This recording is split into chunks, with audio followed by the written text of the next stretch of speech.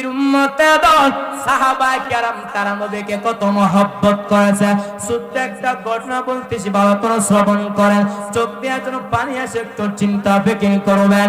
এরে নবীর উম্মতের দল, রহমতের নবী আমার একদিন শীতের মধ্যে হুজরা শরীফ থেকে যখন বের হইলেন, হঠাৎ করে একজন দেখতেছেন নবী একজন সাহাবী নবীজির কামরার সামনে দাঁড়াইয়া শীতের মধ্যে ধর ধর করে কাঁপতেছে। নবী বললেন, কে তুমি এত শীতের মধ্যে হুজরা শরীফের মধ্যে দাঁড়িয়ে আছো কেন? এত শীতের মধ্যে তুমি ধর ধর করে কাঁপতেছ, সামান্য একটু কাপড় দিয়া লজ্জাস্থানটা রাইখা আমার সামনে দাঁড়িয়ে আছো, তার কারণটা কি? ওই সাহাবী ডাক দিয়ে বলেন, ও পয়গম্বর, আমার নাম ইসলাম গ্রহণ করার পূর্বে ছিল আব্দুল উজ্জা। ও পয়গম্বর, ইসলাম গ্রহণ করার পর আমার নামটা রেখে দিয়েছিলেন আব্দুল্লাহ, আমি হলাম সেই আব্দুল্লাহ। নবী বললেন, আমার আব্দুল্লাহ বাচ্চা যত ধনী, সকাল বেলা একটা কাপড় পরিধান করে, বিকালে আরেকটা কাপড় পরিধান করে, কিন্তু এখন তো দেখা যাচ্ছে আমার আব্দুল্লাহর গায়ে একটা কাপড় নাই, শুধু একটা কাপড়ের টুকরা দিয়া লজ্জাস্থানটা ঢাকা আমার সামনে দাঁড়িয়ে আছে, তার কারণটা কি? ওই সাহাবী ডাকতে বলেন, ওগো রহমতের নবী, আমি কেন আপনার দরবারে আসা যাওয়া করি? আমার চাচা বলেছেন, আব্দুল্লাহ, মুহাম্মদের দরবার ছাড়তে হবে, নতুবা আমার দরবার ছাড়তে হবে। আমি বললাম, চাচা যান, আমি সব ছাড়তে পারি, কিন্তু মায়ার নবী দরবার ছাড়তে পারবো না। ও পয়গম্বর, এই কথা বলার পর আমার আম্মা আমাকে একটা কাপড়ের টুকরা দিল, ওই কাপড়ের টুকরা দিয়া লজ্জাস্থানটা রাইখা আপনার সামনে দাঁড়িয়েছে, আপনাকে একটা নজর দেখার জন্য। রহমতের নবী আমার ওই সাহাবীর কথা শোনার পর নবীজি চোখ দিয়ে টপ টপ পানি আরম্ভ হয়ে গেল। নবী বললেন, হে আব্দুল্লাহ, আয় বল, তোর মনে কোনো আকাঙ্ক্ষা ছিনি? আব্দুল্লাহ চোখে পানি ফেলা কান্না করার পর পয়গম্বর, ওগো রহমতের নবী আমার, আমার এমন কোন আকাঙ্ক্ষা নাই। ও পয়গম্বর, আপনি আমার জন্য দোয়া করেন, আল্লাহ যেন আমাকে শাহাদাতের মৃত্যু দান করে। রহমতের নবী আমার ওই সাহাবীর জন্য যখন দোয়া করলো, হঠাৎ করে একটা যুদ্ধ আসলো, আব্দুল্লাহ রাস্তার মধ্যে দুনিয়া ছেড়ে বিদায় হয়ে চলে গেলেন। নবী সাহাবা কেরামদেরকে বললেন, হে আমার সাহাবা কেরাম, আমার আব্দুল্লাহকে তোমরা সুন্দর করে গোসল করাও, আমি নিজে রাসূল আব্দুল্লাহ জানাজাটা পড়াইব। সাহাবায়ে কেরাম আব্দুল্লাহকে সুন্দর করে গোসল করানোর পর রহমতের নবী আমার আব্দুল্লাহ জানাজাটা পড়ানোর পর সাহাবায়ে কেরাম আব্দুল্লাহর লাশটা নিয়ে যখন কবরের কাছে উপস্থিত হয়ে গেলেন, রহমতের নবী আমার বললেন, হে আমার সাহাবায়ে কেরাম, কেউ তোমরা কবরের মধ্যে প্রবেশ করবে না, আমি নিজে রাসূল কবরের মধ্যে প্রবেশ করব।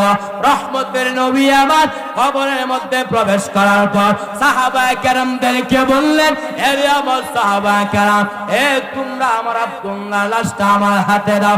নবীর হাতে আব্দুল্লাহ লাশটা দেওয়ার পর রহমতের নবী আমার লাশটা আকাশের দিকে উঁচু করে বলতেছেন, উম্মানি, আমিও আব্দুল্লাহ সন্তুষ্ট হইলাম, তুমিও তার উপর সন্তুষ্ট হয়ে যাও। মরণের চিঠি যখন আসবে আমার, কালেমার তালকিন দিও বারে বার, প্রাণ ভরে দেখিব চাহারা তোমায়, দেখে নাও রওজা তোমায়। চিল্লা আল্লাহু আকবার বলেন, একসাথে বলেন,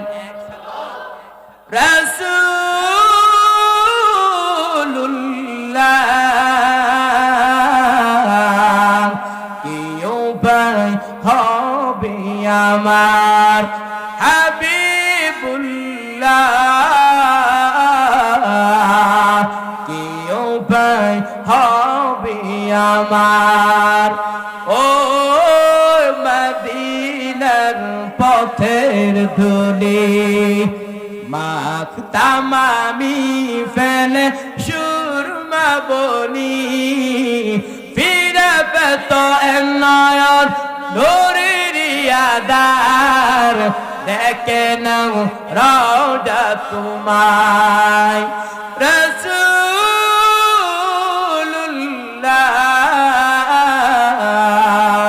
কি উপায় হবে আমার হাবিবুল্লাহ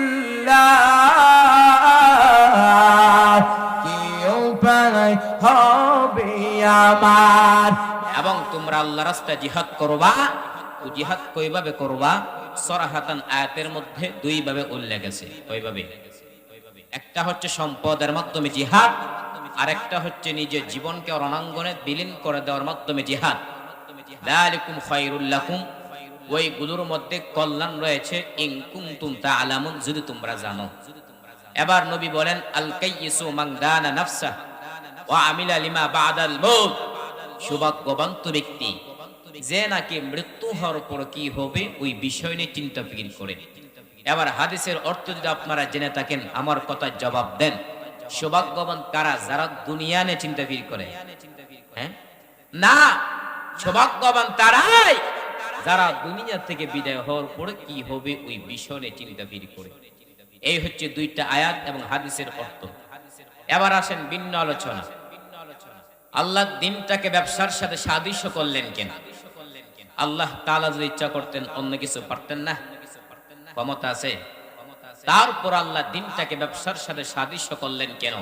তার এক নাম্বার জবাব হচ্ছে দুনিয়ার ব্যবসার মাধ্যমে বান্দা জীবিকা আহরণ করতে পারে, আর আখিরাতের ব্যবসার মাধ্যমে বান্দা আল্লাহর আযাব থেকে মুক্তি পায়। সুবহানাল্লাহ বলেন। চাহিদার ক্ষেত্রে মানুষ দুনিয়ার পাগল। কিসের পাগল? দুনিয়ার পাগল। আর যেহেতু আপনারা অনেক ব্যবসায়িক আছেন, এজন্য এমন কিছু কথা বলবো যে কথাগুলো যদি আপনার দুনিয়ার লাইনে প্রয়োগ করতে পারেন, আপনার দুনিয়ার জিন্দেগিতে আপনার সফলতা হয়ে যাবে। পাশাপাশি হুবহু ওই মূলনীতিগুলো যদি আপনি আখিরাতের লাইনে প্রয়োগ করতে পারেন, আপনার আখিরাতের জিন্দেগি আপনার সফল হয়ে যাবে। এবার আসেন এক নাম্বার, দুনিয়ার মধ্যে যে আল্লাহর বান্দা ব্যবসা করতে চায়, এই টঙ্গী এলাকার মধ্যে যারা ব্যবসা করতে চায় শহরের মধ্যে, তাদের এক নাম্বার দায়িত্ব হচ্ছে ব্যবসা সম্পর্কে তার জ্ঞান থাকতে হবে। এক নাম্বার যে আল্লাহর বান্দা ব্যবসা করতে চায় ওই ব্যক্তি তার সর্বপ্রথম তার দায়িত্ব হচ্ছে ব্যবসা সম্পর্কে তার জ্ঞান থাকতে হবে। ঠিক তেমন ভাবে যেই বান্দা দিনের উপর চলতে চায়, নামাজ পড়তে চায়, উযু করতে চায়, ওই ব্যক্তির জ্ঞান লাগবে না? কোন ব্যক্তি যদি উযু ভঙ্গের কারণ না জানে আর উযু করে উযু সঠিক হবে? এজন্য যে আল্লাহর বান্দা ব্যবসা করতে চায় ওই ব্যক্তির ব্যবসা সম্পর্কে তার জ্ঞান থাকতে হবে। ঠিক তেমন ভাবে যেই বান্দা নামাজ পড়তে চায়, যেই বান্দা রোজা রাখতে চায়, যেই বান্দা হজ করতে চায়, ওই ব্যক্তির জ্ঞান লাগবে না? এজন্য নবী বলেন তলাবুল ইলমি ফারিদাতুন আলা কুল্লি মুসলিম, প্রত্যেক নরের উপর ইলমের শিক্ষা করা কি ফরজ। দুই নাম্বার আসেন, যে আল্লাহর বান্দা ব্যবসা করতে চায় ওই ব্যক্তির পুঁজিও থাকতে হবে।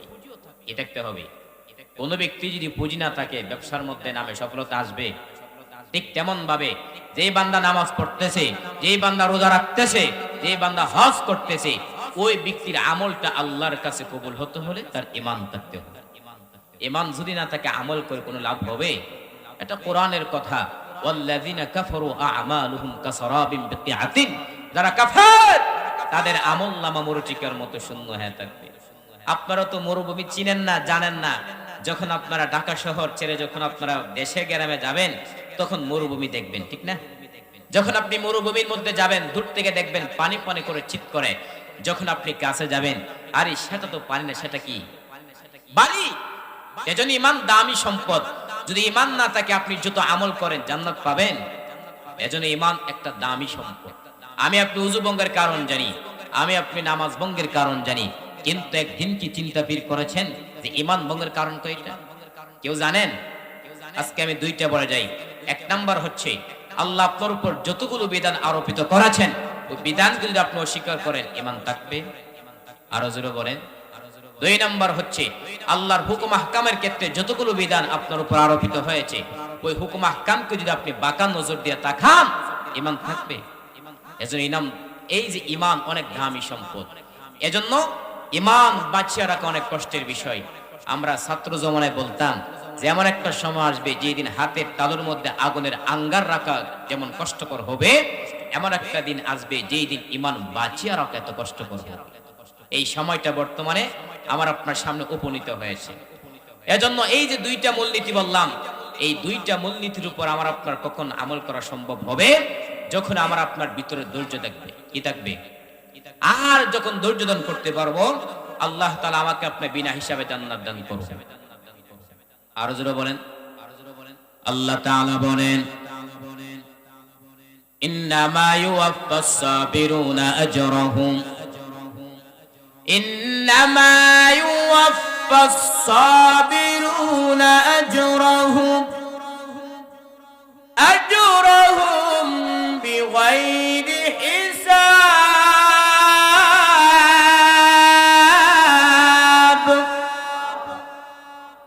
আল্লাহ তাআলা বলেন, যারা ধৈর্য দান করবে আমি আল্লাহ ওই বান্দাদেরকে বিনা হিসাবে জান্নাত দান করব।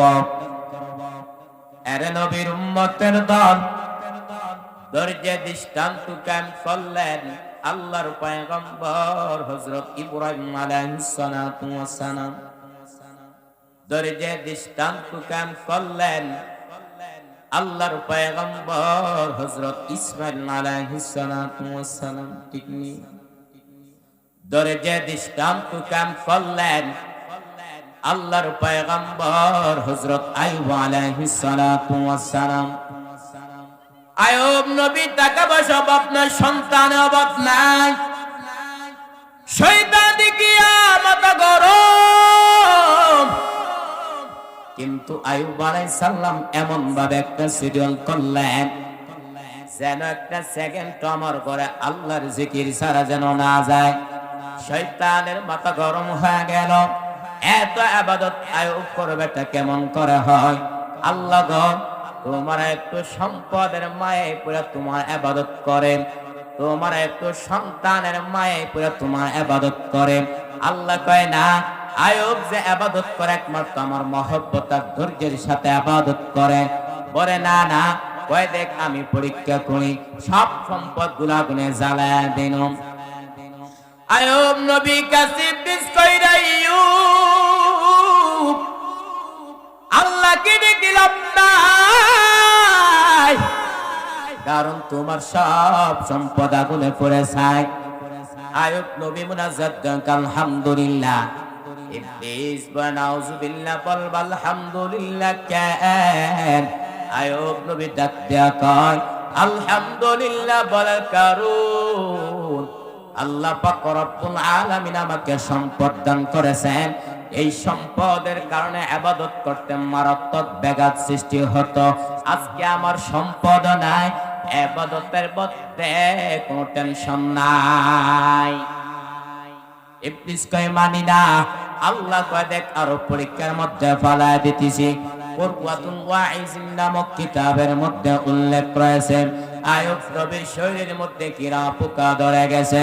একদিন আইয়ুব তাকায় দেখে তার জিহ্বার মধ্যে পোকা। এতদিন আইয়ুব জিহ্বা নাড়া নাড়া আল্লাহর জিকির কতদিন ঠান্ডা হয়ে যেত। আজ নবী চোখে কুটাই পানি, আল্লাহকে দেখে বলে উদার বালি, এতদিন আমি এত সুস্থ ঠিকমতো খাইতে পারি না, কিন্তু তোমার দেওয়া জিহ্বা দেয়া যখন তোমার নামের জিকির করে আমার ক্ষুধার তৃষ্ণা মিটে যায়। আজকে আবার জিহ্বার মধ্যে পোকা, আমি কেমন স্মরণ করব রে মালিক? আইয়ুব নবী এইভাবে নিজে নিজে মুহাসাবা করতেছেন, আল্লাহর কাছে ধৈর্যের পাহাড় কায়েম করতেছেন। হঠাৎ করে তাকায় দেয় তার সকল বিবিরা তার সামনে দাঁড়ায় বলেন, আর আমরা আপনার ঘরে থাকবো না, আপনি আমাদেরকে তালাক দিয়ে দেন। সবাই চলে যেতেছে, আপনি চলে যান, আমরা থাকতে চাই না। আইয়ুব নবী বলে যাও যাও, বিদায় না বিবিরা যেতেছে, নবী কান্না করে দরবানি। দুনিয়াতে সন্তান যদি মার কাছে বাবার কাছে আশ্রয় নেই, আবার বাবা যদি সন্তানকে পাহাড় করে মায়ের কাছে আশ্রয় নেই, কিন্তু শেষ পর্যন্ত প্রত্যেকটা মানুষের জীবনের আপন হতার আদরের বিবি ছাড়ার কেউ ওদের বাড়ি। আজ আমার বিবির আমার কাছে চলে দিতেছে, আল্লাহ আমার মনে কোনো কষ্ট নাই, তোমার কাছে অনুরোধ তুমি আমাকে ছেড়ে দিও না রে মালিক। দুনিয়া সব আমাকে ছেড়ে চলে যাও, আপনি আমাকে ছেড়ে দিয়েন না রে মালিক। আয়ুব নবী কদম তুদি আপনার চোখ বেবে পানি ফুটা গুলো গালবে পড়তেছে, হঠাৎ করে তাকা দেখি তার পার কিনারা একমাত্র বিবি ইউসুফ নবী কন্যা রহমা। আয়ুব নবীর পার কিনারায় বসে বসে কান্না করে। আয়ুব নবী বয়স সবাই চলে গেছে, তুমি যাও নাই কেন বিবি? রহমান আবু বিবি পাঁচ কান্না করেন আর বলে উপায় গম্বর, আমার বাবা ইউসুফের কদ্দাবি, কিন্তু আমার তেমন কোনো আমল নাই। ওই যে হাসরের মাঠটা কেমন একটা পরিস্থিতি হবে, সূর্যের গরমে সহ্য করা যায় না, তামার জমিনে গরমে দাঁড়ানো যায় না। মুসা নবী কাঁদবেন আর বলবেন আল্লাহ আমারে বাঁচাও। ঈসা নবী কাঁদবেন আর বলবেন আল্লাহ আমারে বাঁচাও।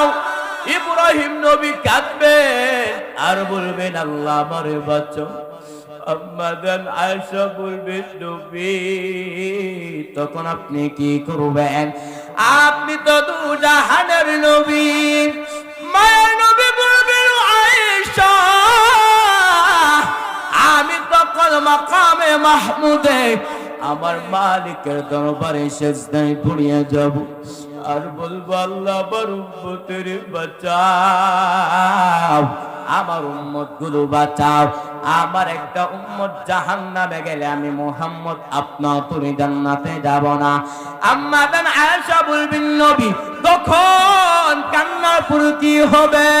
রহমতের নবী আমার বলবেন, আরে আয়েশা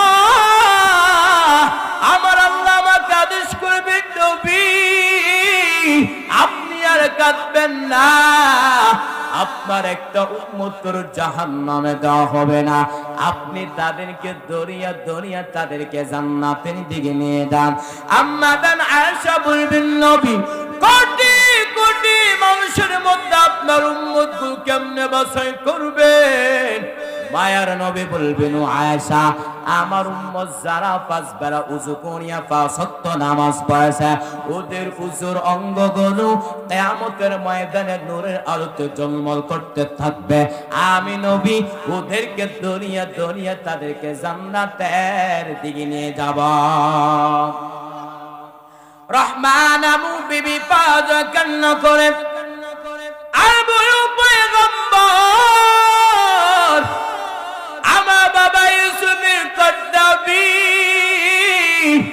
কিন্তু আমার তো এমন কোন আমল নাই। ওই দিন যদি আমি রহিমাকে আল্লাহ কাঠ প্রদান করবে, রহিমা কি বললে এসেছ? আমি বলবো আল্লাহ আমার এমন কোন আমল নাই, তবে আমি আপনার আদরের পয়গম্বর আয়ুব নবীর স্ত্রী ছিলাম। আল্লাহ হয়তো মায়ার নজর দিয়া তাকাইয়া আমি রহিমাকে আল্লাহ মাফ করে দিতে পারে।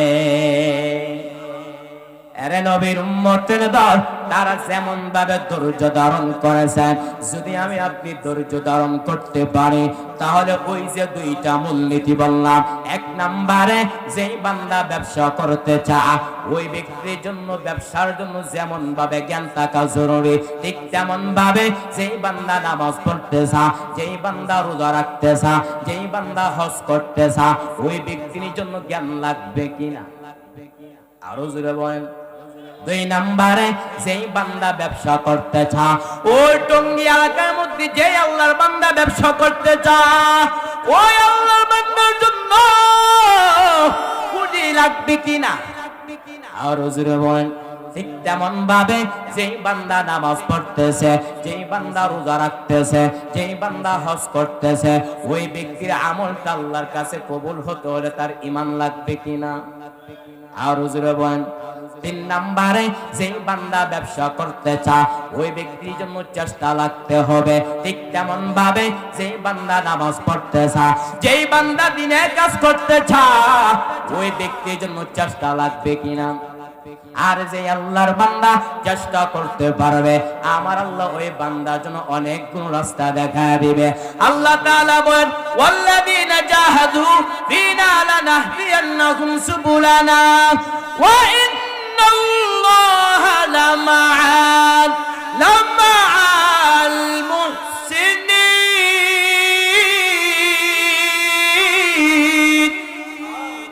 আল্লাহ বলেন, যারা আমি আল্লাহকে পাওয়ার উদ্দেশ্যে চেষ্টা করবে, আমি আল্লাহ ওই বান্দার জন্য অনেক রাস্তা দেখা দেয়। এরে নবীর উম্মতে দল সাহাবায়ে কেরামের কথা বাদ দিলাম, 4 জন ইমাম। কয়জন ইমাম? আরো জোরে বলেন। 1 নম্বরে ইমাম আজম আবু হানিফা, 2 নম্বরে ইমাম শাফি রহমাতুল্লাহি আলাইহি, 3 নম্বরে ইমাম আহমদ বিন হাম্বল রহমাতুল্লাহি আলাইহি, 4 নম্বরে ইমাম মালিক রহমাতুল্লাহি আলাইহি। এর নবীর উম্মতে দল তারা এক একজন কত বড় বুজুর্গ। সত্য একটা ঘটনা বলতেছি, ভালো করে শ্রবণ করেন। এর নবীর উম্মতে দল জামানার কুতুব ইমাম মালিক রহমাতুল্লাহি আলাইহি, ওই আল্লাহর বান্দা 70 বছর বান্দা মনের মধ্যে জীবন কাটায়, কিন্তু একটা বড় আল্লাহর বান্দা মদিনার মধ্যে হাতে জুতা পায়ে পরিধান করেন না। এরে ইমাম মালিক, 70 বছর তুমি বান্দা মদিনার মধ্যে কাটাও, কিন্তু তুমি জুতা পায়ে পরিধান করো নাই কেন? ইমাম মালিক বলে, আমি নবীর পর আশিক, আমি যখন মদিনার অলিগলিতে জুতা লাগাইয়া হাঁটি, আমি নাকটা লাগা দেখি পয়গম্বরের রওজার ঘ্রাণ আমার নাকে লাগতেছে। ইমামুল আউয়ালিন আখিরিন বহর সাদাকা রাহমাতাল লিল আলামিন, শুধু জুদাস রাহমাতাল লিল আলামিন, মসজিদে ও শুধু হামারু এ জমিন। এরে নবীর উম্মতে দল ইমাম মালিক রহমাতুল্লাহি আলাইহি 70টা বছর বান্দা মদিনার মধ্যে কাটা। ইচ্ছা করলে বান্দা মদিনা থেকে মক্কায় গিয়ে বছর বছর হজ পালন করতে পারে, বছর বছর উমরা পালন করতে পারে, কিন্তু এত সুযোগ থাকার পর ইমাম মালিক মদিনা থেকে মক্কায় যায় না। ইমাম মালিক তার দিলের পুরো তামান্না, আমি যদি মদিনা থেকে মক্কা হজ করতে যাই, আর ওকে যদি আমার ইন্তেকাল হয়, আমি তো মদিনাওয়ালা পাশে থাকতে পারবো না। এরে নবীর উম্মতে দল ইমাম মালিক নবীর প্রতি মহব্বত কি এমনি এমনি চলে আসছে নাকি? আরো যদি বলেন, এরে নবীর উম্মতে দল রহমতের নবী আমার কি বলেন? রহমতের নবী আমার বলেন, মান যারা কবরি ওয়াজাবাত লাহু শাফাআতি। নবী আমার বলেন, উম্মত যে সকল বান্দা আমি নবীর রওজা জিয়ারত করলো, ওই ব্যক্তির জন্য আমি নবীর পক্ষ থেকে সুপারিশ ওয়াজিব হয়ে গেল। আরো জোরে বলেন। এরে নবীর উম্মতে দল মদিনা শরীফের এই ফজিলত, শুধু তাই না, এই যে বাইতুল্লাহ আছে, ওই যে কালো ঘরটা আছে, ওই ঘরটার কেমন দাম? রহমতের নবী আমার বলেন, এই যে বাইতুল্লাহ, যে কালো ঘরটা আছে, ওই ঘরের মধ্যে প্রতিদিন 120টা রহমত নাজিল হয়। কয়টা? কয়টা? 120টা। নবী আমার বলেন, যে আল্লাহর বান্দা ওই যে বাইতুল্লাহ জিয়ারত করে, ওই ব্যক্তির উপর আল্লাহর পক্ষ থেকে 60টা রহমত নাযিল হয়। শুধু তাই না, যে আল্লাহর বান্দা বাইতুল্লাহকে সামনে রেখে নামাজ পড়ে, রহমতের নবী আমার বলেন, ওই ব্যক্তির উপর 40টা রহমত নাযিল হয়। আর রহমতের নবী আমার বলেন, যেই সকল বান্দা আমার আল্লাহর ঘরটা ওয়াক করলো না, নামাজ পড়লো না, শুধু তাকে আর বলেন, এটা আমার রবের ঘর। রহমতের নবী আমার বলেন, আরে উম্মত কিয়ামত সেই আল্লাহর বান্দা শুধু তাকায় থাকে আর বলে এই যে কালো ঘরটা আছে এটা আমার মালিকের ঘর। রহমতের নবী আমার বলেন ওই ব্যক্তির উপর 20টা রহমত নাযিল হয়ে যায়। আরে নবীর উম্মতে দল জামানার কুতুব ইমাম মালিক রহমাতুল্লাহি আলাইহি ওই আল্লাহর বান্দা মদিনা থেকে মক্কা যায় না। ইমাম মালিক তার দিনের পুরো তামান্না আমি যদি মদিনা থেকে মক্কা হজ করতে যাই আর উকা যদি আমার ইন্তেকাল হয় আমি তো মদিনার পাশে থাকতে পারবো না। আরে নবীর উম্মতের দল একদিন ঘুমের ঘরে ইমাম মালিকের সাথে নবীর মুলাকাত হয়ে গেছে। আল্লাহু আকবার বলেন, চিল্লায়া বলেন। ইমাম মালিক নবীর সাথে কথা শুরু করে দিলেন। ইমাম মালিক বলেন ওগো রহমতের নবী আজকে আপনার সাথে আমার অন্য কোনো বিষয়ে কথা না। ও পয়গম্বর আপনি আমাকে জানায় দেন আমার হায়াতটা কত। রহমতের নবী আমার ডান হাত উঁচু করে 5টা আঙ্গুল দেখা দিছে। দেখানোর পরে ইমাম মালিকের ঘুম ভেঙে গেছে। ইমাম মালিক টেনশনের মধ্যে পড়ে গেলেন। রহমতের নবী আমার ডান হাতের 5টা আঙ্গুল দ্বারা কি বুঝাইছে? 5টা বছর নাকি 5টা দিন নাকি 5টা মাস? ইমাম মালিক টেনশনের মধ্যে পড়ে গেলেন। ইমাম মালিক তার খাদেমকে বললেন এ খাদেম জলদি করে আল্লামা ইবনে সিনার কাছে যাও, তার কাছে যাইয়া স্বপ্নে ব্যাখ্যা জানো। তবে আমার নাম ইমাম মালিক বলবা না। খাদেম দৌড়াইয়া আল্লামা ইবনে সিরিনকে সুন্দর করে সালাম দিল আর বলতে লাগলো এক আল্লাহর বান্দার সাথে ঘুমের মধ্যে নবীর মুলাকাত হয়ে গেছে। ও আল্লাহর বান্দা নবী কি প্রশ্ন করলেন ওগো রহমতের নবী আমার হাত কত আপনি জানা দেন। রহমতের নবী আমার ডান হাত উঁচু করে 5টা আঙ্গুল দেখাইছে। এবার আপনি স্বপ্নে ব্যাখ্যা করেন 5টা বছর নাকি 5টা দিন নাকি 5টা মাস? আল্লামা ইবনে সিরিন বলেন যেই বান্দা স্বপ্ন দেখেছে তার নামটা বলতে হবে, কারণ হলো ওই ব্যক্তির অনুযায়ী স্বপ্নের ব্যাখ্যা দেওয়া হবে। দেওয়ানবাগীর মতো কোন বেঈমান যদি বলে আমার নবী ডাস্টবিনের মধ্যে পড়ে আছে, আমি বলবো ওই বেঈমানের ঈমান ডাস্টবিনে পড়ে আছে।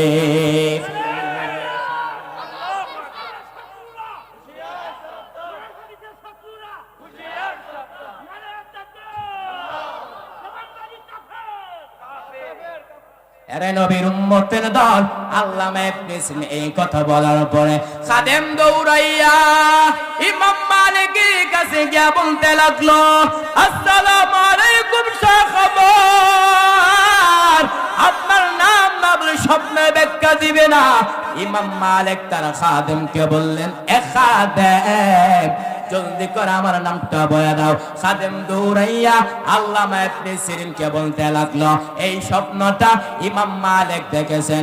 আল্লামা ইবনে সিরিন বলেন আমিও মনে মনে ভেবেছিলাম যে স্বপ্নটা ইমাম মালিক ছাড়া অন্য কেউ দেখতে পারে না। আল্লামা ইবনে সিরিন বলেন রহমতের নবী আমার ডান হাতের 5টা আঙ্গুল দ্বারা বুঝাইছেন 5টা বিষয় এমন আছে যে 5টা বিষয় সম্পর্কে আল্লাহ সারা দুনিয়াতে কেউ জানে না। 1 নম্বরে একটা মানুষ আগামীকাল কি রুজি করবে কি খাবে কে জানে? আরো জোরে বলেন। 2 নম্বরে আগামীকাল বৃষ্টি হবে নাকি হবে না কে জানে? 3 নম্বরে মায়ের গর্ভের সন্তানটা ছেলে হবে নাকি মেয়ে হবে কে জানে? 4 নম্বরে মায়ের গর্ভের সন্তানটা ছেলে হবে নাকি মেয়ে হবে কে জানেন? 5 নম্বরে কিয়ামত কখন সংঘটিত হবে কে জানেন? আরে নবীর উম্মতে দল এই স্বপ্নের ব্যাখ্যা জানার পর ইমাম মালিক তিনি মদিনা থেকে মক্কা যায় না। ইমাম মালিক তার দিনের পুরো তামান্না আমি যদি মদিনা থেকে মক্কা হজ করতে যাই আর ওটা যদি আমার ইন্তেকাল হয় আমি তো মদিনার পাশে থাকতে পারবো না। এরে নবীর উম্মতের দল তারা যেমন ভাবে নবীকে মহব্বত করছে নবী কি তাদের প্রতি কি কম মহব্বত ছিল নাকি? আর জীবন এরে নবীর উম্মতের নবী আমার উম্মতের প্রতি কত মহব্বত ছিল। আম্মা জান আয়েশা বলেন, এরে আমার সাহাবায়ে কেরাম, আমি এবং রাসূলের বিছানার মধ্যে শোয়ার পরে হঠাৎ করে দেখতে পাইলাম নবী আমার পাশে নাই। নবীকে খুঁজার জন্য হাঁটতে হাঁটতে গিয়ে দেখলাম রহমতের নবী আমার জান্নাতুল বাকির মধ্যে যাইয়া উম্মতের মাগফিরাত কামনা করতেছেন। আর আল্লাহ কি বলতেছেন, ইন তুআযিবহুম ফাইন্নাহুম ইবাদুক ওয়া ইন তাগফির লাহুম ফাইন্নাকা আনতাল আজিজুল হাকীম।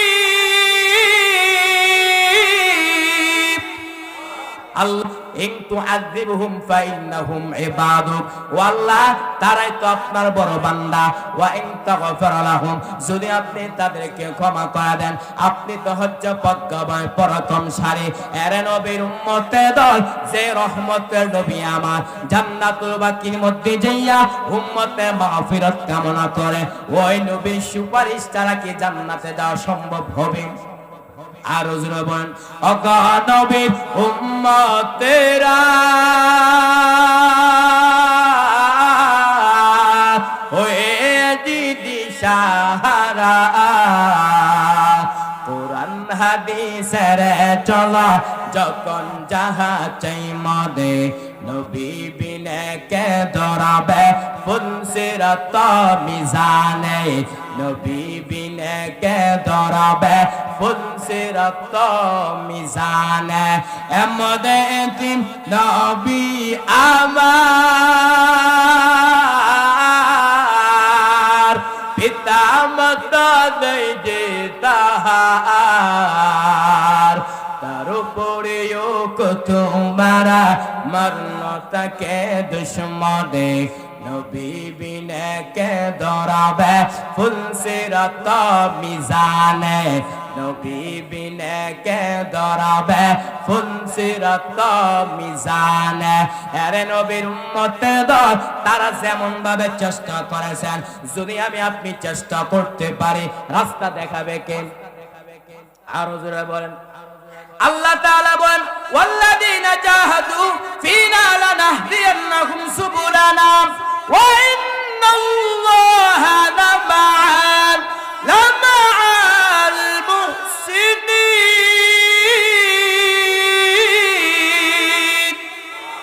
আল্লাহ বলেন, ওয়াল্লাযীনা জাহাদু, যারা আমি আল্লাহকে পাওয়ার উদ্দেশ্যে চেষ্টা করবে আমি আল্লাহ ওই বান্দার জন্য অনেক রাস্তা দেখায় দেব। আরে নবীর উম্মতের দল, এই যে তিনটা মূলনীতি বললাম এই তিনটা মূলনীতির উপর আলোচনা শেষ করব।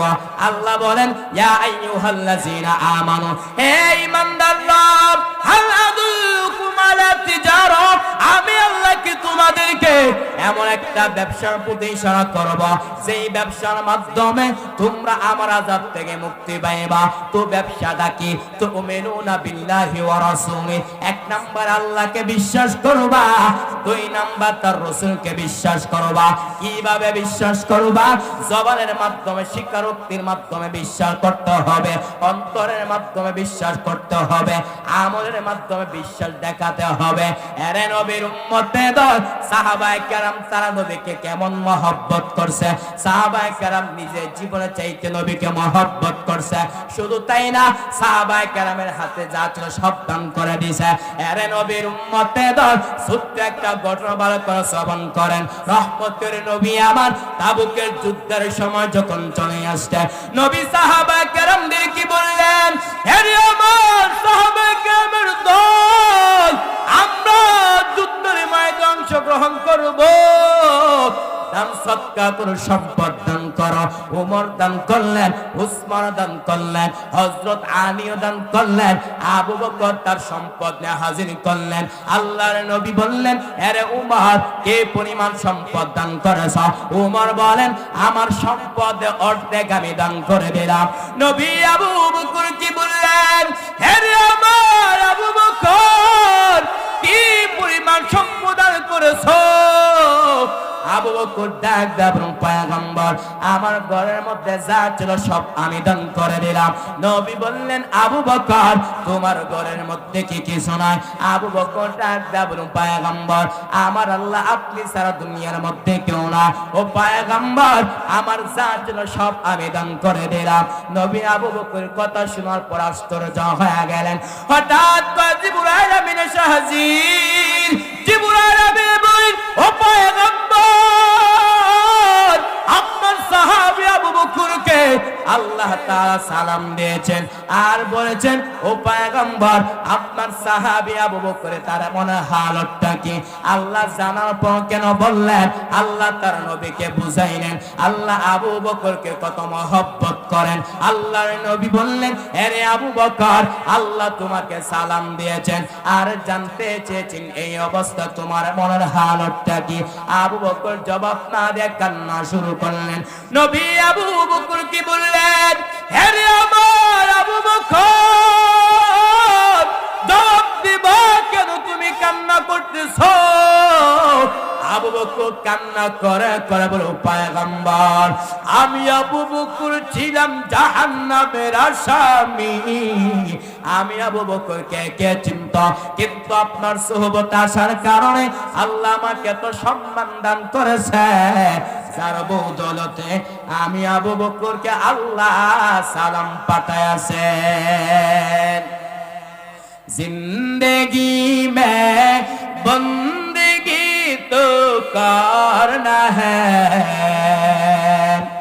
जिंदगी में बंदगी शर्मिंदा है, जिंदगी में बंदगी शर्मिंदा है। आयते हम कुछ न कुछ खरीदने को जैसे हो रोशन मेरे कल्ब रूह, वरना कोई चारा तो जा मैं नहीं, वरना कोई चारा तो जा मैं नहीं। जिंदगी में बंदगी तो करना है, जिंदगी में बंदगी शर्मिंदा है, जिंदगी में बंदगी शर्मिंदा है। दुनिया में हो दुनिया का तलबगार न हो, बाजार से गुजर हो खरीदार न हो। ए दुनिया एक मिसल कागज फूल है, ए दुनिया एक मिसल कागज फूल है। जिंदगी में बंदगी तो करना है, जिंदगी में बंदगी शर्मिंदा है, जिंदगी में बंदगी शर्मिंदा है। अरे नबीर उम्मते दल সাহাবায়ে কেরাম তারা নবীকে কত মহব্বত করেছে। সাহাবায়ে কেরাম তাদের জাত সব দান করেন, মহব্বত দেখাইছে কিনা? আরো জুড়ে বলেন আরে নবীর উম্মতে দল সাহাবায়ে কেরাম শুধু সম্পদ দিছে তা না, সাহাবায়ে কেরাম নিজের জীবনের চাইতে নবীকে মহব্বত করেছে। এখন একটা ঘটনা বলবো, নবীর উম্মতে দল সাহাবায়ে কেরাম তারা নবীকে কত মহব্বত করেছে। ছোট্ট একটা ঘটনা বলতেছি, ভালো করে শ্রবণ করেন, চোখ দিয়ে যেন পানি আসে, একটু চিন্তা ফিকির করবেন। আরে নবীর উম্মতে দল রহমতের নবী আমার একদিন শীতের মধ্যে হুজরা শরীফ থেকে যখন বের হইলেন, হঠাৎ করে একজন দেখতেছেন নবী একজন সাহাবী নবীজির কামরার সামনে দাঁড়াইয়া শীতের মধ্যে ধর ধর করে কাঁপতেছে। নবী বললেন কে তুমি? এত শীতের মধ্যে হুজরা শরীফের মধ্যে দাঁড়িয়ে আছো কেন? এত শীতের মধ্যে তুমি ধর ধর করে কাঁপতেছ, সামান্য একটু কাপড় দিয়া লজ্জাস্থানটা রাইখা আমার সামনে দাঁড়িয়ে আছো, তার কারণটা কি? ওই সাহাবী ডাক দিয়ে বলেন, ও পয়গম্বর, আমার নাম ইসলাম গ্রহণ করার পূর্বে ছিল আব্দুল উজ্জা। ও পয়গম্বর, ইসলাম গ্রহণ করার পর আমার নামটা রেখে দিয়েছিলেন আব্দুল্লাহ, আমি হলাম সেই আব্দুল্লাহ। নবী বললেন, আমার আব্দুল্লাহ বাচ্চা চতদনী সকাল বেলা একটা কাপড় পরিধান করে, বিকালে আরেকটা কাপড় পরিধান করে, কিন্তু এখন তো দেখা যাচ্ছে আমার আব্দুল্লাহর গায়ে একটা কাপড় নাই, শুধু একটা কাপড়ের টুকরা দিয়া লজ্জাস্থানটা ঢাকা আমার সামনে দাঁড়িয়ে আছে। তার কারণটা কি? ওই সাহাবী ডাক দিয়ে বলেন, ওগো রহমতের নবী, আমি কেন আপনার দরবারে আসা যাওয়া করি? আমার চাচা বলেছেন, আব্দুল্লাহ, মুহাম্মদের দরবার ছাড়তে হবে, নতুবা আমার দরবার ছাড়তে হবে। আমি বললাম, চাচা যান, আমি সব ছাড়তে পারি, কিন্তু মায়ার নবী দরবার ছাড়তে পারবো না। ও পয়গম্বর, এই কথা বলার পর আমার আম্মা আমাকে একটা কাপড়ের টুকরা দিল, ওই কাপড়ের টুকরা দিয়া লজ্জাস্থানটা রেখা আপনার সামনে দাঁড়িয়েছে, আপনাকে একটা নজর দেখার জন্য।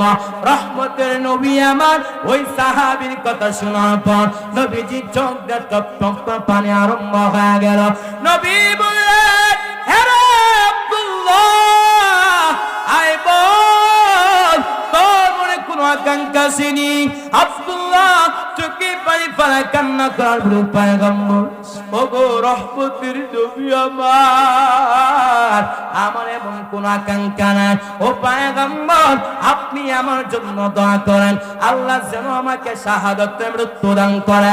রহমতের নবী আমার ওই সাহাবীর জন্য যখন দোয়া করলো, হঠাৎ করে একটা যুদ্ধ আসলো, আব্দুল্লাহ রাস্তার মধ্যে দুনিয়া ছেড়ে বিদায় হয়ে চলে গেলেন। নবী সাহাবায়ে-কেরামদেরকে বললেন, হে আমার সাহাবায়ে-কেরাম, আমার আব্দুল্লাহকে তোমরা সুন্দর করে গোসল করাও, আমি নিজে রাসূল আব্দুল্লাহ জানাজাটা পড়াইব। সাহাবায়ে-কেরাম আব্দুল্লাহকে সুন্দর করে গোসল করানোর পর রহমতের নবী আবার আব্দুল্লাহ জানাজাটা পড়ানোর পর সাহাবায়ে-কেরাম আব্দুল্লাহর লাশটা নিয়ে যখন কবরের কাছে উপস্থিত হয়ে গেলেন, রহমতের নবী আমার বললেন, হে আমার সাহাবায়ে-কেরাম, কেউ তোমরা কবরের মধ্যে প্রবেশ করবে না, আমি নিজে রাসূল কবরের মধ্যে প্রবেশ করব। রহমতের নবী আমার কবরের মধ্যে প্রবেশ করার পর সাহাবায়ে-কেরামদেরকে বললেন, হে আমার সাহাবায়ে-কেরাম, হে তোমরা আমার আব্দুল্লাহ লাশটা আমার হাতে দাও। নবীর হাতে আব্দুল্লাহ লাশটা দেওয়ার পর রহমতের নবী আমার লাশটা আকাশের দিকে উঁচু করে বলতেছেন, উম্মানি, আমিও আব্দুল্লাহ সন্তুষ্ট হইলাম, তুমিও তার উপর সন্তুষ্ট হয়ে যাও। মরণের চিঠি যখন আসবে আমার, কালেমার তালকিন দিও বারে বার, প্রাণ ভরে দেখিব চেহারা তোমায়, দেখে নাও রওজা তোমায়। চিল্লা আল্লাহু আকবার বলেন, একসাথে বলেন,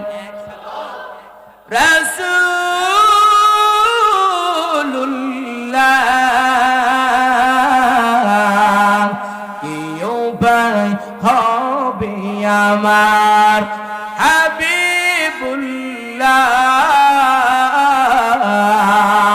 কি উপায় হবে আমার।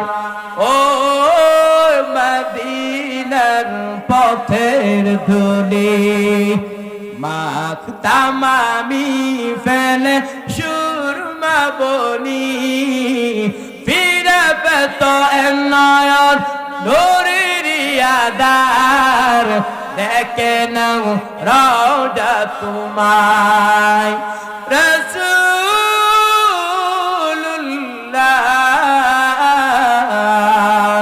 কি উপায় হবে আমার, হাবিবুল্লাহ কি উপায় হবে আমার। এরে নবীর উম্মতে দল, আল্লাহ তাআলা বলেন ইয়া আইয়ুহাল্লাযীনা আমানু, হে ঈমানদাররা, হাল আদুল্লুকুম আলা তিজারা, আমি আল্লাহ কি তোমাদের কেমন একটা ব্যবসার প্রতি ইশারা করব যেই ব্যবসার মাধ্যমে তোমরা আমার আযাব থেকে মুক্তি পাইবা। এরে নবীর উম্মতে দল, আল্লাহর আযাবটা কেমন ভয়ঙ্কর, হাসরের মাঠটা কেমন একটা পরিস্থিতি হবে। বর্তমানে একটা সূর্য 30 কোটি 9 লক্ষ মাইল উপরে সূর্য, কিন্তু এখন সূর্য নাই। হাসরের ময়দানে আল্লাহ সূর্যকে বলবে, সূর্য তোর যত তাপ আছে তুই জমিনের মধ্যে ছাড়িয়া দে। সূর্যের তাপে জমিনটা হয়ে যাবে তামা, গুনাহগারে মগজ বাতের মারের মতো ঠাস ঠাস করে ফেটে যাবে। শুধু তাই না, পেটের নারী বুড়ি পায়খানা রাস্তা দিয়ে বের হয়ে পড়ে যাবে। অপরদিকে জাহান্নাম কঠিন হুঙ্কার মারে। আল্লাহ ফেরেশতাদেরকে বলবে, আরে ফেরেশতারা, তোমরা জাহান্নামকে ভালোভাবে ধরো। 70,000 রহমতের ফেরেশতারা জাহান্নামকে ধরতে পারে না। জাহান্নাম বিকট আওয়াজ দেয়, জাহান্নামের আওয়াজে হাসরের ময়দান থরথর করে কেঁপে উঠবে। আমার আপনার নবী, মায়ার নবী সিজদায় পড়ে কাঁদবেন আর বলবেন, আল্লাহ আমার উম্মতগুলোকে জাহান্নাম থেকে বাঁচাও। আমার একটা উম্মত জাহান্নামে গেলে আমি মুহাম্মদ আপনার তুমি জান্নাতে যাব না। আল্লাহ বলবেন, ও পয়গম্বর, ওয়ালা সাউফা ইউতিকা রাব্বুকা ফাতারদা, ও পয়গম্বর, আমি আল্লাহ আপনাকে বেজার করব না। আপনার একটা উম্মত জাহান্নামে দেওয়া হবে না। আমার আল্লাহ তাআলা কুদরতি হাতের মাধ্যমে সামান্য একটু পানি দিয়ে ফেরেশতাদেরকে বলবেন, আরে ফেরেশতারা, তোমরা জাহান্নামে গিয়ে পানিটা ছিটা দাও। ফেরেশতারা যখন জাহান্নামে গিয়ে পানিটা ছিটা দেবে, জাহান্নাম ভিতরে বাঁকতেছে। ফেরেশতা বলবে, আরে মালিক, যেই জাহান্নামকে 70,000 রহমতের ফেরেশতারা জাহান্নামকে ধরতে পারে না, এটা কেমন পানি দিছ? এটা কি আবেহের পানি নাকি জমজম পানি নাকি কাউসারের পানি? আল্লাহ বলবে, না রে ফেরেশতারা, এটা জমজমের পানিও না, এটা কাউসারের পানিও না। এই পানিটা হলো আমার আখির জামানার পয়গম্বরের উম্মতের চোখের পানি। আরে নবীর উম্মতে দল চোখে পানি পায় কান্না করতে পারলে আল্লাহ জাহান্নাম থেকে মুক্তি দিবে।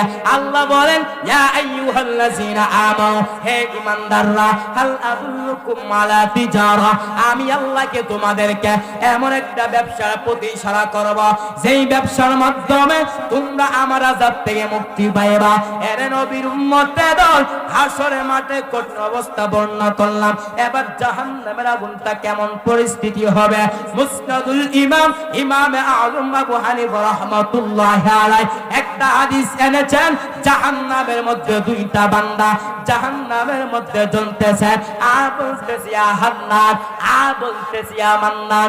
এই দৃশ্য দেখা পর জিবরাইল আমিন আল্লাহর আরশ আজিমের সামনে সিজদায় পড়ে যাবেন। আমার মালিককে বলবে, ও মালিক, যেই জাহান্নামকে 70,000 রহমতের ফেরেশতারা জাহান্নামকে ধরতে পারে না, জাহান্নামের মধ্যে শুধু বলতেছি ইয়া হান্নান, আর বলতেছি ইয়া মান্নান। ও আল্লাহ, যদি ওয়াদা দেন ওই দুইটা বান্দাকে আপনার সামনে হাজির করব। আল্লাহ বলবে, জিবরাইল যাও জাহান্নামের মধ্য থেকে ইয়া হান্নান ইয়া মান্নান বললে ওয়ালা লোকগুলাকে আমার সামনে হাজির করো। জিবরাইল আমিন জাহান্নামের মালিক ফেরেশতাকে বলবে, আরে মালিক ফেরেশতা, জাহান্নামের মধ্যে ঢুকা যাও। জাহান্নামের মধ্যে ঢুকার পরে ইয়া হান্নান ইয়া মান্নান বললে ওয়ালা লোকগুলাকে আমার সামনে হাজির করো। মালিক ফেরেশতা জাহান্নামে প্রত্যেকটা কারাচে খুঁজতে থাকবে, কিন্তু এই দুইটা বান্দা বডিগুলো খুঁজে পাবে না। মালিক ফেরেশতা জিবরাইল আমিনকে বলবে, আরে জিবরাইল আমিন, জাহান্নামের মধ্যে তো ওই দুইটা বান্দাগুলো তো খুঁজে পাইতেছে না। আবার জিবরাইল আমিন আল্লাহর আরশ আজিমের সামনে সিজদায় পড়ে যাবে। আমার মালিককে বলবে, ও মালিক, জাহান্নামের মধ্যে তো ইয়া হান্নান ইয়া মান্নান বললে ওরা লোকগুলো তো পাইতেছে না। আল্লাহ বলবে জিবরাইল ওই সময় আমার অনুমতি ছাড়া গেছ, যাও যাও জাহান্নামের অমুক স্তরের মধ্যে গিয়ে দেখবা ওই দুইটা বান্দা জাহান্নামের মধ্যে জ্বলতেছে। বলতেছি ইয়া হান্নান, বলতেছি ইয়া মান্নান, ওই দুইটা বান্দাকে আমার সামনে হাজির করো। জিবরাইল আমিন জাহান্নামের মালিক ফেরেশতাকে যখন বলবে, মালিক ফেরেশতা জাহান্নামের অমুক স্তরের মধ্যে গিয়ে দেখবে ওই দুইটা বান্দা জাহান্নামের মধ্যে জ্বলতে জ্বলতে একদম আগুনে আঙ্গার হয়ে গেছে। মালিক ফেরেশতা ওই দুইটা আঙ্গার জিবরাইল আমিনের কাছে যখন নিয়ে আসবে, জিবরাইল আমিন ওই দুইটা আঙ্গার আল্লাহর আরশ আজিমের সামনে যখন পেশ করা হবে, ওই দুইটা বান্দা বলবে, ও মালিক, যেই আল্লাহ আপনার জাহান্নাম এত ভয়ঙ্কর আমাদের সহ্য হচ্ছে না, ও আল্লাহ আপনি আমাদেরকে একটু জান্নাতের নিয়ামতটা দান করেন। আল্লাহ বলবে, বান্দা আমি আল্লাহ তোর এত সুন্দর জমিন দিলাম, আমি আল্লাহ তোর সুন্দর আসমান দিলাম, এত সুন্দর জমিন পাওয়ার পর, এত সুন্দর আসমান পাওয়ার পর, এত সুন্দর খাবার দেওয়ার পর, এত সুন্দর নিয়ামত দেওয়ার পর আমি আল্লাহর ইবাদত করতে পারো না। আবার তোমরা ধারণা করছো আমি আল্লাহ তোমাদেরকে অনর্থক বানালাম। আল্লাহ বল, আব্বা হাসিবতুম আন্নামা খালাকনাকুম আবাসা ওয়া আন্নাকুম ইলাইনা লা তুরজাউন। নবীর উম্মতের দল আল্লাহ তাআলা বলবেন, এরে দুইটা মানুষ আমি আল্লাহ তোমাদেরকে কেন বানাইলাম? আমি আল্লাহ তো সুন্দর জমিন দিলাম, আমি আল্লাহ তোর এত নিয়ামত দিলাম, তার কারণটা কি? আল্লাহ বলেন, ওয়ামা খালাকতুল জিন্না ওয়াল ইনসা ইল্লা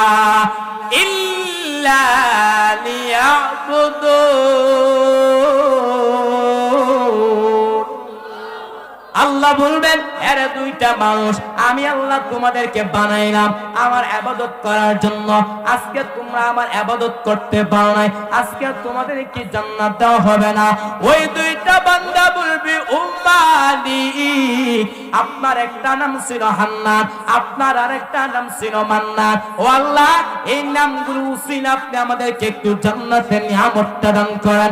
রহমতের নবী আমার বলেন, আল্লাহর সিফতি নামের উসিলা ওই দুইটা বান্দাকে আল্লাহ জান্নাতের নিয়ামতটা দান করবেন।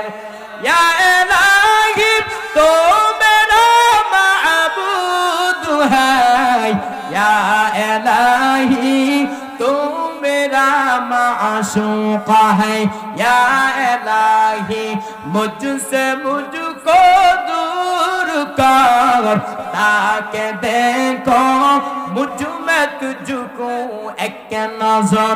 या इलाही तो मेरा हन्नान है, या इलाही तू मेरा मन्नान है। कुफ्र शिरक मेरे दिल से दूर कर, मेरे दिल में इश्क हक गुलजार कर। এরে নবীর উম্মতের দল আল্লাহ তাআলা বলেন, ইয়া আইয়ুহাল্লাযীনা আমানু, হে ঈমানদাররা, হাল আদুল্লুকুম আলা তিজারা, আমি আল্লাহকে তোমাদেরকে এমন একটা ব্যবসার প্রতি ইশারা করব যেই ব্যবসার মাধ্যমে তোমরা আমার আযাব থেকে মুক্তি পাইবা। এরে নবীর উম্মতের দল আল্লাহর আযাব থেকে মুক্তি পাইতে হলে আল্লাহ বলেন, তুমিনুনা বিল্লাহি ওয়া রাসূলি, এক নম্বরে কাকে বিশ্বাস করবা? আর জোরে বলেন, দুই নম্বরে ওয়া রাসূল, এবং তার রাসূলকে বিশ্বাস করবা। এরে নবীর উম্মতের দল সাহাবায়ে কেরাম তারা যেমন ভাবে বিশ্বাস দেখাইছেন, সাহাবায়ে কেরাম তারা নবীকে যেমন ভাবে বিশ্বাস দেখাইছেন, যদি আমি আপনি দেখাইতে পারি তাহলে আল্লাহ জাহান্নাম থেকে মুক্তি দিবে। এরে নবীর উম্মতের দল এই দুনিয়ার মধ্যে থাকা অবস্থায় আমার আপনার হাতের মাধ্যমে গুনাহ হয়ে যাবে, আমার আপনার জবানের মাধ্যমে গুনাহ হয়ে যাবে। যদি আমি আপনি ক্ষমা চাইতে পারি আল্লাহ মাফ করবে কিনা? আর জোরে বলেন, এরে নবীর উম্মতের দল আল্লাহ তাআলা বলেন, কুল ইয়া ইবাদিয়াল্লাযীনা আসরাফু, কুল ইয়া ইবাদিয়াল্লাযীনা الذين أسرفوا على أنفسهم لا تقنطوا من رحمة الله إن الله يغفر الذنوب جميعا إنه هو الغفور الرحيم الله বলেন ওয়াইদা ইয়া ইবাদিয়াল্লাযিনা আসরাফু হে আমার বান্দা ও টঙ্গিয়াকার মুসলমান আমার আল্লাহ তা ডাক দেবেন ইয়া ইবাদি হে আমার বান্দা আসরাফু যারা সীমা লঙ্ঘন করেছো আমি আল্লাহ রহমত থেকে নিরাশ হইবা না এর নবীর উম্মতে দল দুনিয়ার সবাই যখন ঘুমায় থাকে আমার আল্লাহ প্রথম আসমানের মধ্যে হিসাব আলামিন মুস্তারজিকিন ফাআরযুকাহু আলামিন মুস্তাগফিরিন ফাআগফির লাহু আমার আল্লাহ তাআলা টঙ্গীর সবাই যখন ঘুমায় থাকে আমার আল্লাহ তাআলা প্রথম আসমানের মধ্যে হিসাব এর টঙ্গী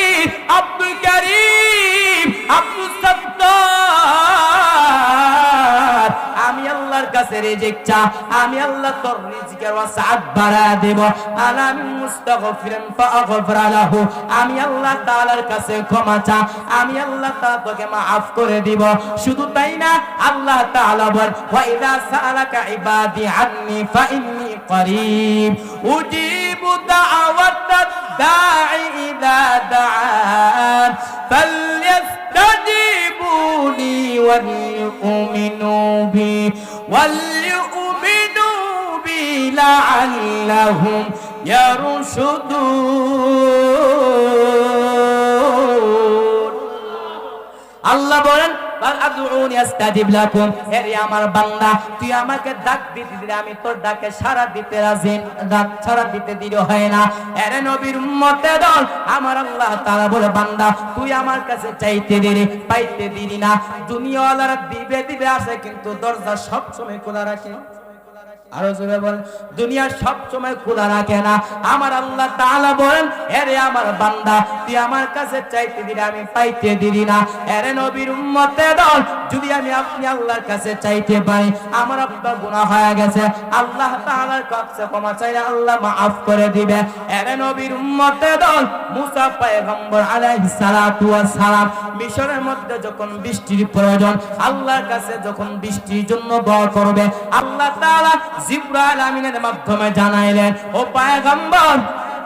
পয়গম্বর আপনি যেই মজলিসের মধ্যে দোয়া করতেছেন ওই মজলিসের মধ্যে একজন জিনাকার আছে তাকে উঠায়া দাও নইলে জমিনের মধ্যে বৃষ্টি দেওয়া হবে না মুসা নবী তো গরম মেজাজের নবী ধমক দিয়া বল কে জিনাকার তাড়াতাড়ি মজলিস থেকে উঠে যাও তোমার কারণে বৃষ্টি হচ্ছে না ওই আল্লাহর বান্দা তার মনটা এমন ভাবে আল্লাহর দিকে রুজু করছেন আল্লাহর দিকে এমন ভাবে তার মনটা ফিরাইছেন ওই আল্লাহর বান্দা এমন ভাবে আল্লাহর কাছে তওবা করতেছেন আল্লাহকে বলতেছেন ও মালিক জীবনে তো গুনাহ করলাম 40টা বছর গুনাহ করেছি আমার মা জানতো না বাবা জানতো না ও আল্লাহ যদি আবার আমি মসজিদ থেকে উঠে যাই সবাই চিনে ফেলবে আমি জিনাকার ওই আল্লাহর বান্দা এমন ভাবে তওবা করেছে আল্লাহ কুদ্দুত অন্তরের মধ্যে মায়া পয়দা হয়ে গেছে আল্লাহ বললেন আরে সাথে সাথে মিশরের জমিনটা একদম মেঘাচ্ছন্ন হয়ে গেল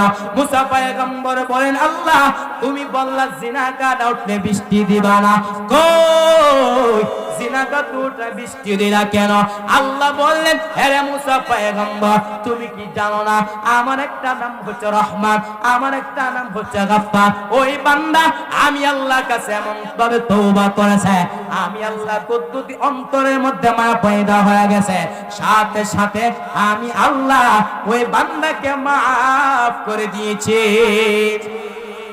আরে নবীর উম্মতের আল্লাহ তাআলা বলেন ইয়া আইয়ুহাল্লাযীনা আমানু হে ঈমানদাররা হাল আদুল্লুকুম আলা তিজারা আমি আল্লাহকে তোমাদেরকে এমন একটা ব্যবসার প্রতি ইশারা করব যেই ব্যবসার মাধ্যমে তোমরা আমার আযাব থেকে মুক্তি পাইবা তো ব্যবসাগুলো কি তুমিনুনা বিল্লাহি ওয়া রাসূলি এক নাম্বার আল্লাহকে বিশ্বাস করবা, 2 নাম্বার তার রাসূলকে বিশ্বাস করবা। কিভাবে বিশ্বাস করবা? অন্তর দিয়ে স্বীকারোক্তির মাধ্যমে বিশ্বাস দেখাইলাম, অন্তরের মাধ্যমে বিশ্বাস দেখাইলাম, অতঃপর আমলের মাধ্যমে বিশ্বাস দেখানো প্রয়োজন কিনা? কথা বলেন। আমল দিয়েও দেখাতে হবে। এরে নবীর উম্মতে দল আলোচনা আরো অনেকক্ষণ চলবে। অতএব সাহাবায়ে কেরাম তারা যেমন ভাবে নবীর মহব্বত দেখাইছে, অন্তর দিয়ে বিশ্বাসের মাধ্যমে দেখাইছে, জবান দিয়ে স্বীকারোক্তি করছে কিনা? সাহাবায়ে কেরাম আমলের মাধ্যমে দেখাইছে কিনা? সাহাবায়ে কেরামের হাতে জাত সব দান করছে কিনা? অতএব আমি 2-1 বান্দা দেখতে চাই যে আল্লাহর বান্দা এই মাদ্রাসার জন্য 5,000 টাকা দান করবেন, 2 জন